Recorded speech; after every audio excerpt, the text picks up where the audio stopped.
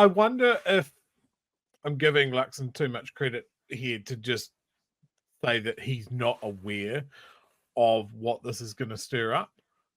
I think you're right. This is an opportunity for him to show some leadership that he so far hasn't, and show that he actually is the Prime Minister rather than just some guy that's trying to manage some rebellious middle managers. But I honestly don't think he sees it.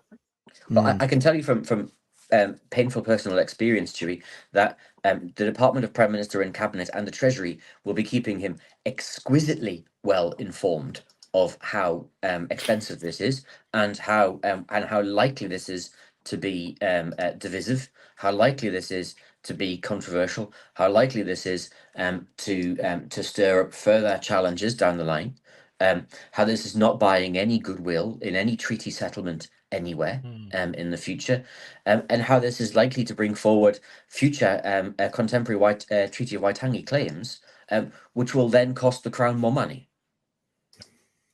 If nothing else, let's put the money to one side for a second. It will cost the Crown manner. It will cost the Crown, integrity, respect, because we're attempting to change the rules of the game halfway through. There is nothing to be gained from this process short of 2 or 3% for Mr. Seymour in the polls, which is the difference between him being re-elected and not. And we've seen Luxon's tactics here is that whatever these guys, whether it's Seymour or Peters stirring up this, that he'll just go, that's a matter for my coalition partner. That's part of the coalition agreement. There's no ownership of the fact that he's the Prime Minister, that he's the captain, for better or worse. And he's got 2 lieutenants running around kicking over buckets and doing all sorts of nonsense that he needs to pull into line. I think this mammoth amount of money that they're spending, I've hammered this line a little bit in the last couple of months. This is economic vandalism. They can't say out one side of their mouth, we're about stopping wasteful government spending, when they then go out and do some more wasteful government spending on a dead duck bill that, by everyone's admission, is not going to go anywhere. But we have to hold this dying thing for 6 months and let it bleed poison out into our national discourse.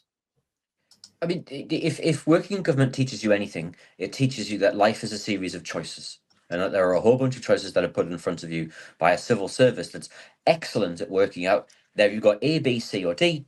Pick one and we'll work out what you want to do with it. We're making a choice to spend $4.1 million minimum, very likely a much larger figure in reality. That's 40 nurses. That's what Wairapa Hospital is short of right now. That's 1.383 million free school meals. That feeds 7,000 kids for a year. Right? For a piece of paper that's going nowhere. Right? We are cutting disability services around the country. Right? There are people who can't get into hospital. There are people dying in A&E because we don't have enough money in the health service. Right? We are wasting money. It is a choice. And as a consequence, we should think really hard about those people who choose to waste that money on something else.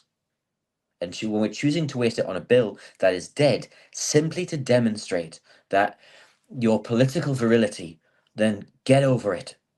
Be an adult. You said something earlier and I wrote it down, Craig, because I think we keep talking about having these little quotes and ideas around how National should run their 2026 campaign. But you said, you've made a terrible blunder and you should walk this back. National 2026. I think you could look at that honestly, think about it. Ferries, there's so many things. You've made a terrible blunder and you should walk this back. And that seems to be a bit of a theme as to what we're seeing with this national government at the moment. There's a phrase in golf, isn't there? If you make a mistake, you just shout mulligan and you get another go. Right? Is that the campaign slogan? 2026 mulligan. You know, we get another go. We won't make the same mistakes this time. Right. And you know, but there are, you know, there is this. There are ferries. There's $500 million to not own 2 ferries. Yeah. We're spending money to, you know, to not build schools. We've stopped school rebuild programs. We're spending money on boot camps that cost $500,000 per child. Right? There's a whole bag of things. There's a charter schools program, which is another ACT policy, which is $153 million to part privatize an education system, and for which there is no evidence that it will actually lead to any better outcomes for kids.